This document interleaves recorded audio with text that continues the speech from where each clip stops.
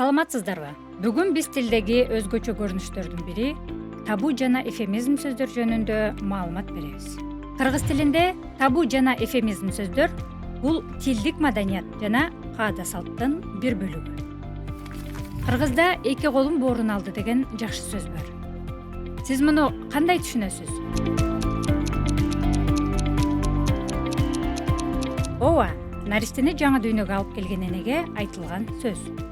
Бул эвфемизм деп аталат. Эвфемизм коомдун этикалык нормаларына ылайык сылык, сыпайы, жымсалдап сүйлөөгө багытталган сөздөр. Кээде адамдар менен пикир алышууда өзүнө карата айтылган айрым сөздөр катуу тийип, көңүлү ооруп калышы мүмкүн. Мындай учурларда орой угулган сөздөрдү сылык, сыпайы сөздөр менен алмаштырып айтууга туура келет. Мисалы, сокур деген сөздү азиз деген сөз менен алмаштырабыз. Же болбосо өлдү деген сөздү айтпай, кайтыш болду, көз жумду, дүйнөдөн кайтты, дүйнө салды деп айтабыз. Эгерде наристе болсо, чарчап калды деп айтылат. Ошондой эле күйөөгө тийди эмес, турмушка чыкты деп айтылат. Эвфемизм бул тилдик этикет. Белгиленген сөздөрдү эвфемизм сөздөр менен алмаштырабыз.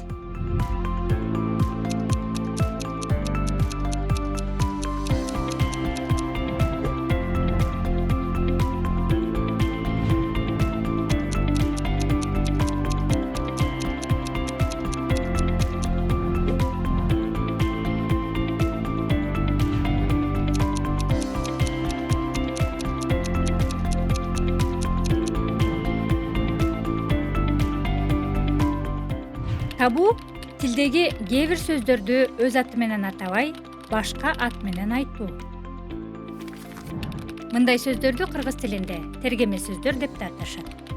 Ал элдин улуттук өзгөчөлүгүнө жараша үрп-адат, каада салт, диний жана маданий себептерден улам айтууга тыюу салынган сөздөр. Адам аттарына байланыштуу.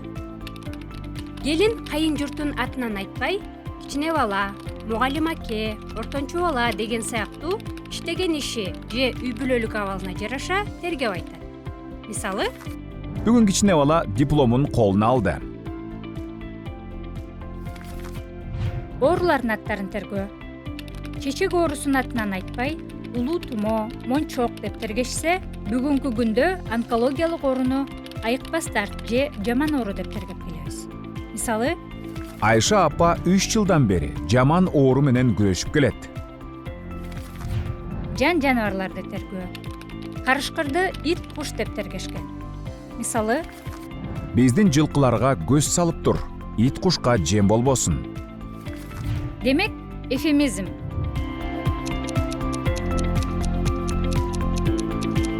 сылык, сыпайы сөздөр, ал эми табу